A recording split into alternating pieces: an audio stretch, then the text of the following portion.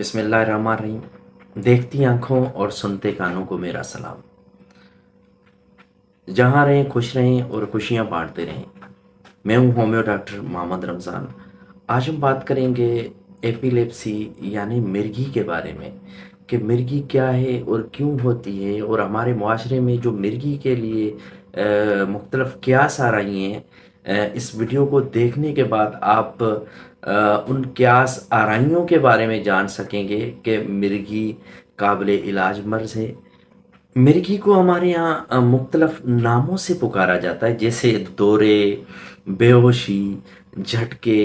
अपनी लाइल्मी की वजह से बहुत से लोग मिर्गी को जिन, भूत, विसवसे और काला जादू समझते हैं, और मिर्गी के मरीजों को डॉक्टरों के पास ले जाने के बजाय मुख्तलफ दरगाहों, मंदिरों, राहिबों और मुख्तलफ लोगों के पास ले जाते हैं। फिर वो खुद भी परेशान होते हैं और मरीज़ की भी फ़िक्र करते हैं। मिर्गी दरअसल एक ज़हनी बीमारी है। जिस तरह फालिज, शुगर, ज़ियाबतीस, ब्लड प्रेशर, नज़ला, ज़ुकाम बीमारियां हैं, इसी तरह मिर्गी भी एक ज़हनी दिमागी बीमारी है और इसका इलाज भी दस्तयाब है। ये काबिल इलाज है। मिर्गी किसी को भी किसी भी वक्त हो सकती है। मिर्गी की बुनियादी वजह दिमाग में करंट का बढ़ जाना। ये करंट हर इंसान के दिमाग में होता है और इस करंट के ज़रिए दिमाग के मुख्तलिफ हिस्से एक दूसरे से रवाबित में होते हैं। मिर्गी के मरीज़ों में ये करंट किसी वक्त बढ़ जाता है, जो झटके की सूरत में ज़ाहिर होता है। इस करंट में होने वाले इस इजाफे को मेडिसन के ज़रिए कंट्रोल किया जाता है और मिर्गी का मरीज़ आम लोगों की तरह नॉर्मल ज़िंदगी गुजार सकता है। मिर्गी एक आम बीमारी है। हमारे इर्द गिर्द बहुत से लोग इस मर्ज में मुब्तला होते हैं, लेकिन हम नहीं जानते।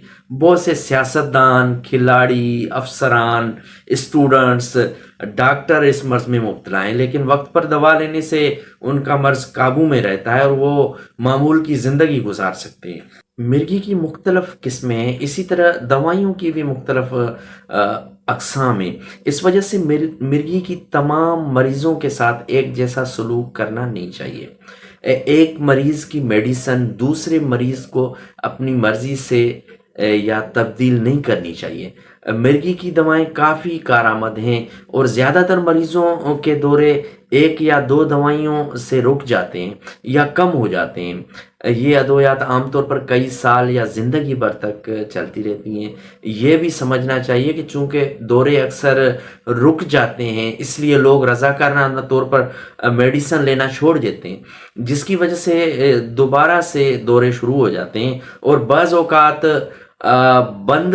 मेडिसन बंद करने के बाद दोबारा काबू पाना मुश्किल हो जाता है। इसलिए मेडिसन को सही वक्त पर और सही मिकदार में लेना चाहिए और डॉक्टर के मशवरे के बगैर मेडिसन को तब्दील नहीं करना चाहिए। ख़वातीन को प्रेगनेंसी के दौरान इस तरह ही मेडिसन को इस्तेमाल करना चाहिए, उन्हें रोकना नहीं चाहिए, क्योंकि दौरान हमल झटका माँ और बच्चे दोनों के लिए नुकसानदा हो सकता है। हमल के दौरान या उससे पहले बेहतर है कि अपने डॉक्टर से मशवरा करें, ताकि मिर्गी की जो मेडिसन है उनमें किसी किस्म की तब्दीली बवक्ते ज़रूरत की जाए।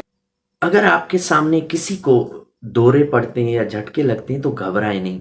मरीज को फर्श पर या बिस्तर पर एक तरफ लेटने दें।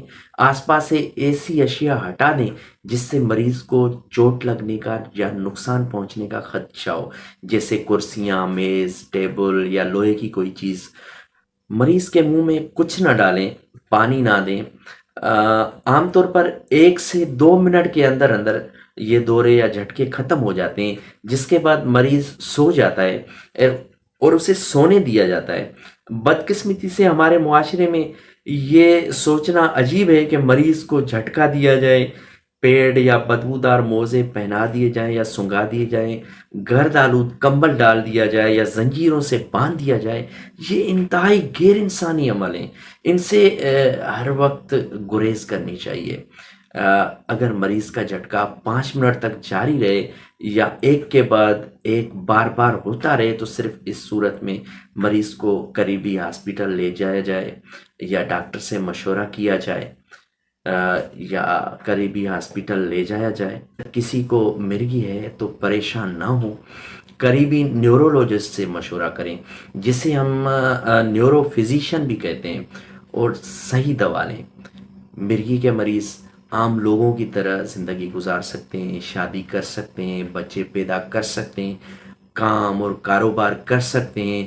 مرغی ایک ساتھ بیٹھنے یا کھانے پینے سے نہیں ہوتی۔ یہ بھی یاد رکھیں کہ اگر والدین کو مرغی ہے تو بچوں کو بھی مرغی ہو سکتی ہے، ایسا نہیں ہوتا۔ لیکن اگر کسی کو مرغی ہے تو قریبی نیورولوجسٹ سے رابطہ کریں اور اپنا پراپر صحیح طریقے سے علاج کروائیں۔ مرغی قابل علاج مرض ہے۔ اپنا اور اپنے پیاروں کا خاص خیال رکھیں۔ اللہ پاک آپ کا حامی الناصر ہو۔ اللہ حافظ۔